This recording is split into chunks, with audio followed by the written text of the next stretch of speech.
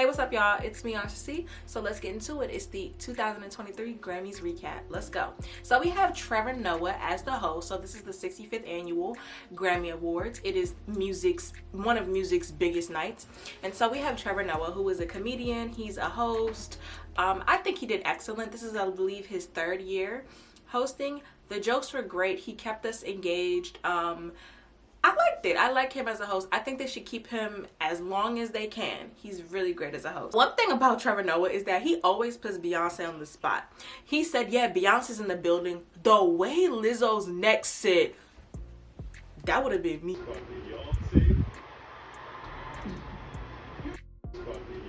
Like, I love how you see celebrities fan out over celebrities. Well, Beyonce is a celebrity to celebrities. Like, everybody get all excited when they see her. So yeah, Viola Davis is EGOT status. EGOT is in Emmy, Grammy, Oscar, and Tony. If you got all of those, you're an EGOT winner.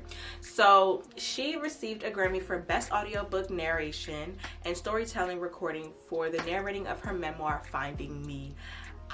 I'm so happy for my Viola Davis. Viola Davis has been at it for a really, really long time. So for her to get her just due, period, and on Black History Month. I know that's right. Bad Bunny kicks off the Grammy Awards with his performance, and I gotta say, I love the way he performs and how dedicated and how much he puts into the stage design and the music and the mixing and the just dancing and just everything. And he actually had like Latin dancers, and I just love this performance. And he also his album was the first Latin album to compete for Album of the Year, and it's just a well-deserved recognition. I'm so happy for Bad Bunny. He has been on the come up for a minute. Like, I feel like Bad Bunny has literally been in our faces for a while, and just like his concert gross like 100+ million. Like, man's is out here. Like, he's putting off a Pero Rico. And when he did one of the acceptance speeches, he started speaking Spanglish. Then he was just like, como se dice? And then he just started speaking Spanish. I freaking appreciated it. I'm like, look, I don't got time to speak all this English. Y'all translate it. I don't know. Do what you gotta do. So my girl Adele, she wins Best Pop Solo Performance for her song Easy on Me, and I'm so proud of her. In her acceptance speech, she said that, you know, this is a ballad and piano song, and this song was competing with Harry Styles, Lizzo, Beyonce, and just the fact that it won, and it's like not like a fast song, but it was like Adele's comeback song and single and album, because people were really anticipating more music from Adele, and this is just a well-deserved moment. I love her because she's so humble, and a lot of people can say that they're humble, but nah, like Adele is absolutely like the real deal. So shout out to my good sis. Y'all know why we here. I can end the video right now. Beyonce, say Beyonce. Beyonce has broken the record of the most Grammys won. Beyonce wins Best Dance Electronic Album for Renaissance, Best R&B Song for Cuff It. I'm just so excited. Best Dance Electronic Recording for Break My Soul, and Best Traditional R&B Performance for her Groove, Plastic Off the Sofa. And in her acceptance speech, it was so beautiful because she paid homage throughout this whole new era in album to the LGBTQIA community and her Uncle Johnny. I'm just so happy for her, and this was like a beautiful moment.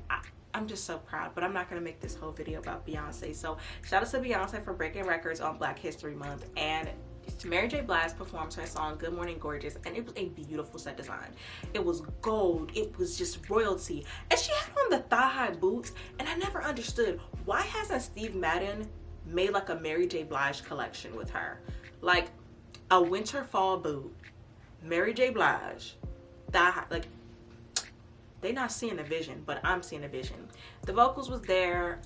The stage design was good. Everything was gold. I like this like aesthetic that she has, because she has a wine and she has a jewelry line, and the logos and everything are kind of like goldish and royalty. It's beautiful. I love how Mary J. Blige has just stayed relevant when it comes to entrepreneurship, music, acting, still being like 50 years old and still getting Grammys. Being like 40, 50, you're still making a way, you're still making headway and making moves like that in the music industry. Big up yourself, goodie.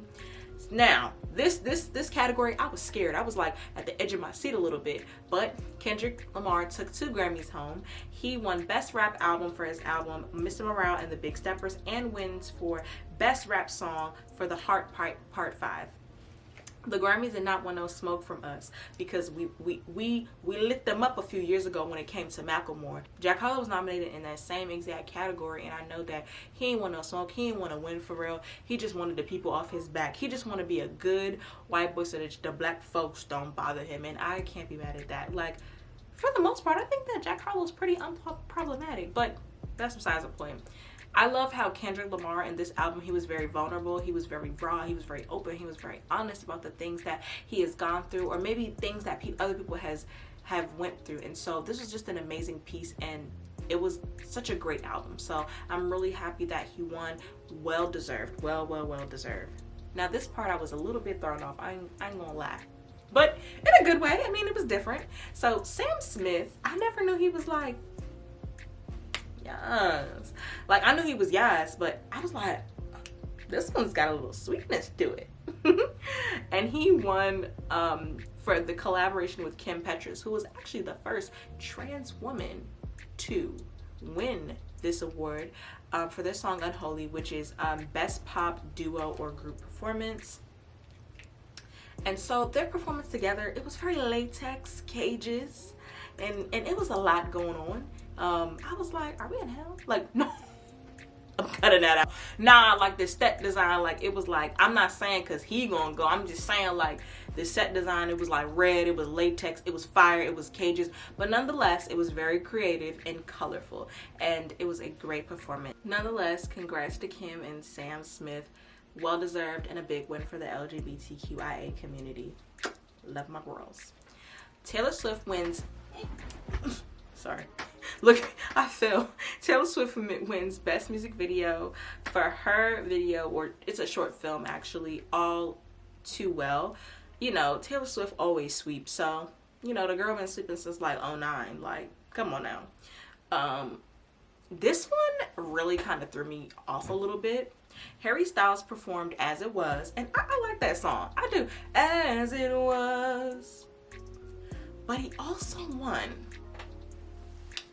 Best Pop Vocal for his album Harry House. And I feel like once again Beyonce was snubbed. But this is what they do every single year. They use the popular artists for marketing, or they make as if like Beyonce's gonna perform, or just her presence alone. They invite her. She wins every other category but this category, and they did it with Adele and her, and Adele even acknowledged that. And then Harry Styles, his speech was like, it was very underwhelming and lackluster.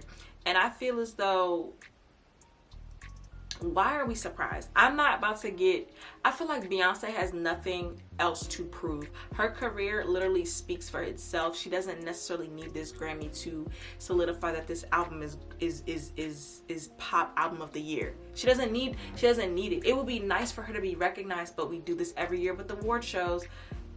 We do this all the time. Like, they're not always gonna get it right. But Beyonce sweeped nonetheless. She did, but I feel like she did deserve that award, and again she was snubbed.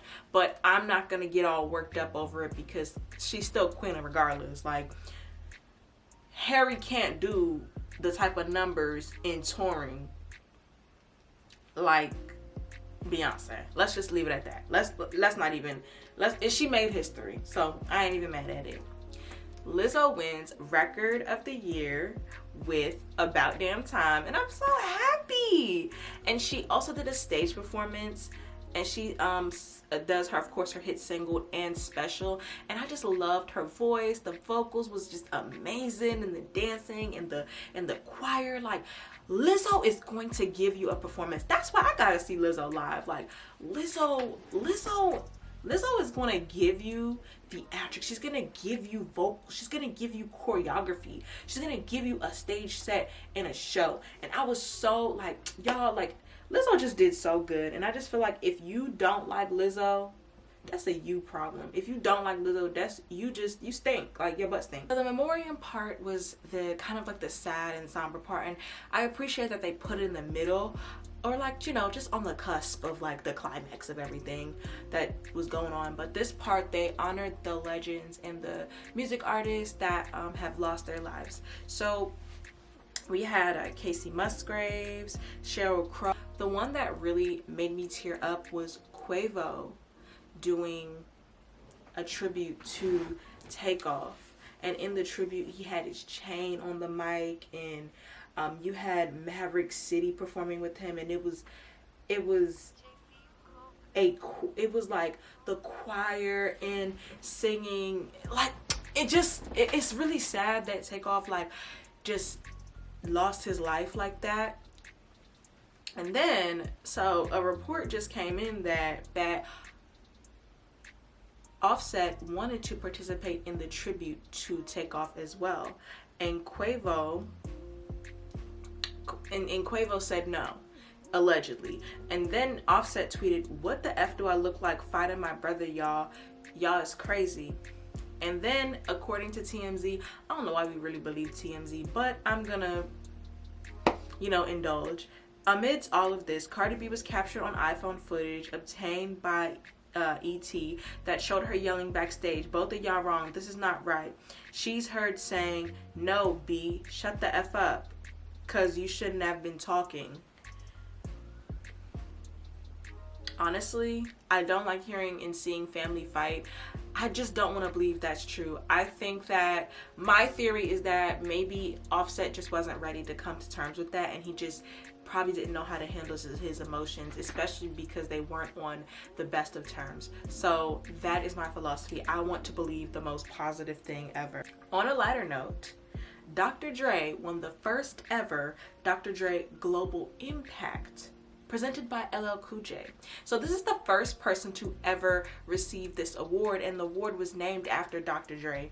I think the next person that should win, if they haven't already, is MC Lyte. She's come on, like, her catalog, her impact to hip-hop, being like essentially like a founding father, founding mother, and she kind of set the tone for a lot of hip-hop. Or maybe Queen Latifah, Lil Kim, Roxanne Shante, someone. I feel like, you know. So this part was lit. This part of the Grammys really just woke me up. It's the 50th anniversary of hip hop, bro. Let me tell you. So this portion was curated by Questlove from The Roots, and he had Missy Elliott, Salt-N-Pepa, LL Cool J, Big Boy, Rakim, Public Enemy, De La Soul, Method Man, Grandmaster Flash, Too Short, Ice-T, Run DMC, Busta Rhymes, and they even added new school. They had Lil Baby, Glorilla, Lil Uzi Vert. I loved this performance. I loved how they ended it with, "I just wanna rock, ah, ah." I love how they ended it with Lil Uzi, but I have a critique on this.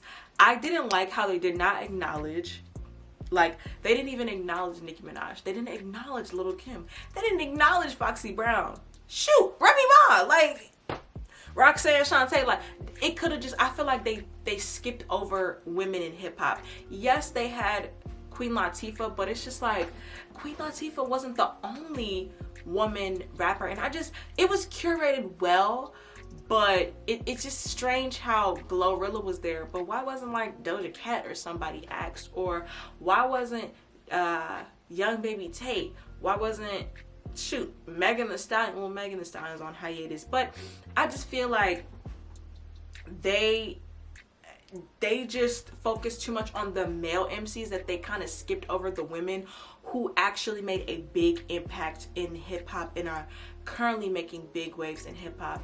And I don't know. It just kind of disappointed me in that way. But, you know, the Grammys is not always going to get it right, so I can't fault them for that. Shoot, wait a minute. They didn't even have Lauryn Hill there. Well, you know, Lauryn Hill don't be showing up for nothing anyway. Sis don't, I don't know. Anyways, another thing is that I'm really proud of Glorilla. One, she walked up to Beyonce. She's like, I love you so much. She's so Memphis and country.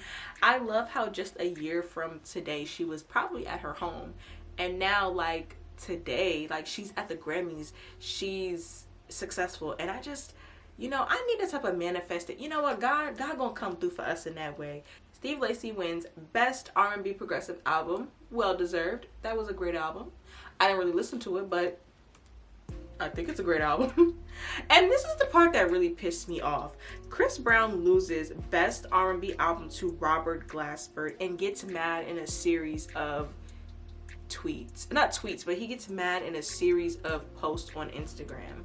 He says, bro, who the F is this? I'ma keep kicking y'all A respectfully. Who the F is Robert Glasper? I gotta get my skills up. I'ma start playing the harmonica. And then he later issues out an apology and DMs Robert Glasper, which I don't think he would even respond to. I feel as though Chris Brown, his music hasn't evolved at all. His music hasn't evolved, and you don't even know who Robert Glasper is. I know who he is from, I think, a collaboration he did with The Roots and Jill Scott a long time ago. Chris Brown is very immature for that, and I feel like the album was good, but it just wasn't best R&B album, and I feel like they would only be giving it to you because you're Chris Brown. But Robert Glasper has an artistry. He's collaborated with so many people. Literally his collaboration list is long. It is long. He is well respected in the music industry, and I just feel like that was very disrespectful. Instead, Chris Brown, why not reach out to him and be like, yo, can you produce my next album and win that Grammy next year? You need to have a better attitude and stop being a sore loser. So I didn't really appreciate that. Robert Glasper probably don't even want no smoke. The man just won his Grammy, just want to go sit at home somewhere and chill. And here in Chris Brown is cussing the man out. Come on now. Money Long. I'm so happy for Money Long. She wins Best R&B Performance for her song Hours and Hours. Well deserved. I love that she had a rebrand. She was Priscilla Renee. She's been songwriting for a long time. A lot of songwriters don't really get their just due and get a chance at their, like, you know, big breaking career, but Money Long is actually, like, you know, making waves, and I'm so proud of her because Hours and Hours, bro, Valentine's Day is coming up. Y'all about the, oh God, oh my gosh, y'all ran Hours and Hours to the ground, to the damn ground. Y'all ran it to the ground, and I'm so sick of that song. Future, Drake, and Tems win for Best Melodic Rap Performance for the single Wait For You. I think this was well deserved. I'm so proud of Tems. Her being a Nigerian woman, and just Essence was a huge hit, and just her song Free Mind, we were using it for our reels, but sis was really going through some things mentally. But Wait For You was a sample. I'm just happy for her. Like, I'm happy for my West African Nigerian sister. Brr, I loved it. Samara Joy wins Best New Artist, and I think this is well deserved because I was like, who is that? But then when I went on her TikTok, I was like, oh, she has a very soulful Billie Holiday, Nina Simone-esque type of sound to her. Well deserved. She's very classic, and she makes different type of music. I seen that Lotto was nominated for Best New Artist. Lotto is not a new artist. She's not a new artist. Lotto, she may be new to some of us, but some of y'all, but Lotto has been out for a long time. I feel like she's evolved past that, you know. She needs to just, like, not be in that category. Maybe they'll keep putting her until she wins. I don't know. I just don't feel like Lotto is not a new artist. And Song of the Year, Bonnie Raitt, Just Like That. Apparently this was her just due. I don't know who that lady is. I've never heard that song before, but she's been in the industry for a while, and you know, this is actually like one of her like biggest breaks and her big moments. So shout out to Bonnie, girl. Go ahead, girl. You know, have fun.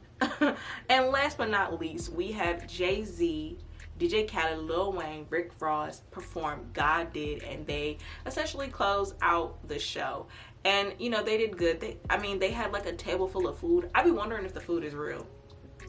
Like, I couldn't perform like that, because I'd probably be eating the grapes and biting the scones and eating the chicken.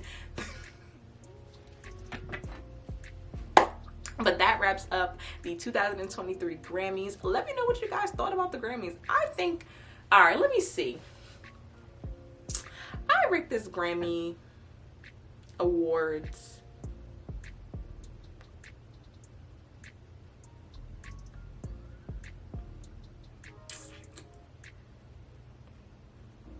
seven out of 10. It wasn't anything spectacular. I feel like award shows have lost their appeal. The reason why I feel like award shows is because we have so much access to these celebrities. We see them on Instagram. We can see them at the club appearances and the hostings and stuff like that. Like social media, TikTok, we are literally in their lives. We know what their houses look like. We know what the inside of their houses looks like. We know what they eat for breakfast. We know so much about these celebrities that seeing them on the TV, it really does nothing for us. We're just like, okay. And one, we don't watch TV as much, and two, we really don't care about who's winning and who's performing because they're touring. Like, it's just, we have access to them that we don't care that much. But I gotta say that this award show was pretty good. I love the hip-hop portion. I will give it a 7 out of 10. Good job, Grammys. Yeah, I want us to stop crying about Grammys not given to us, who's giving it to us. Like, I get it, we deserve to be in certain spaces, but it comes a time where it's like complaining, and then complaining turns into like begging and wanting people to like accept you. I get it, but we have spaces and we need to uplift those spaces and treat those spaces just the same way as we treat the others. So yeah. So let me know what you all think down below in the comments, and until next time, bye.